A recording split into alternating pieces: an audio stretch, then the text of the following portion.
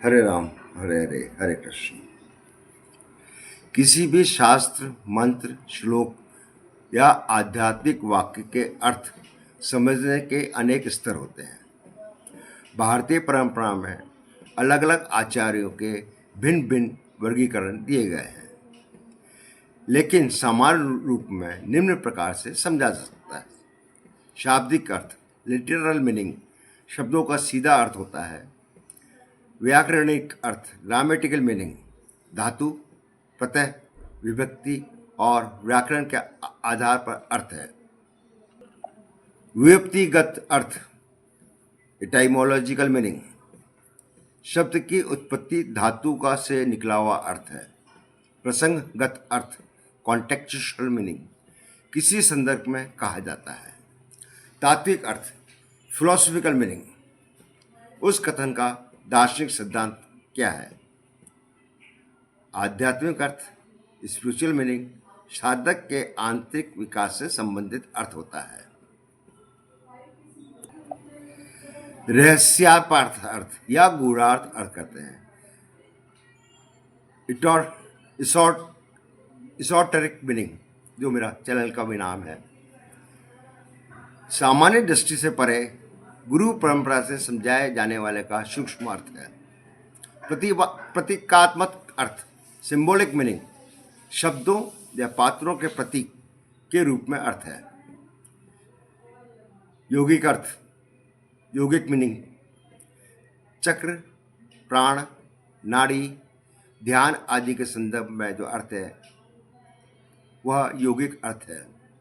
मंत्रार्थ, matric meaning, शब्द की ध्वनि, शक्ति और जप से संबंधित अर्थ है। भक्तिपरक अर्थ, डिवोशनल मीनिंग, प्रेम, समर्पण, ईश्वर, भक्ति की दृष्टि से अर्थ है। अद्वैत या वैदांतिक अर्थ, नॉन डुअल मीनिंग, जीव, जगत और ब्रह्म की एकता के आधार का अर्थ है। लाक्षणिक अर्थ, इंडिकेटिव मीनिंग, जब शब्द अपने सीधे अर्थ के बजाय किसी सांकेतिक अर्थ में प्रयुक्त हो। व्यवहारिक अर्थ, प्रैक्टिकल मीनिंग, दैनिक जीवन में उससे मिलने वाली शिक्षा है। परमार्थिक अर्थ, अल्टीमेट मीनिंग, अंतिम सत्य या मोक्ष की दृष्टि से अर्थ है इसका। उदाहरण, हरे। शाब्दिक, हे हरि हे हरे। व्यक्तिगत अर्थ इसका जो है, जो हर ले, दूर करे। भक्तिपरक अर्थ है, हे राधे, हे प्रभु, मुझे स्वीकार करें। योगिक अर्थ है, भीतर की शक्ति को जागृत करने वाली ध्वनि। तात्विक अर्थ है, शक्ति और चेतना का आह्वान।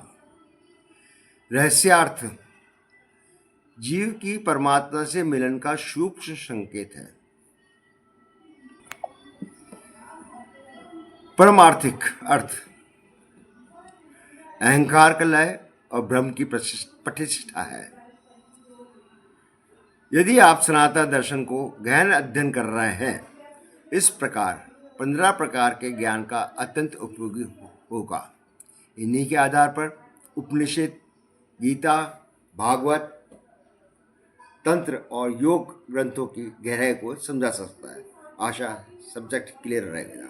धन्यवाद। हरे कृष्ण हरे हरे।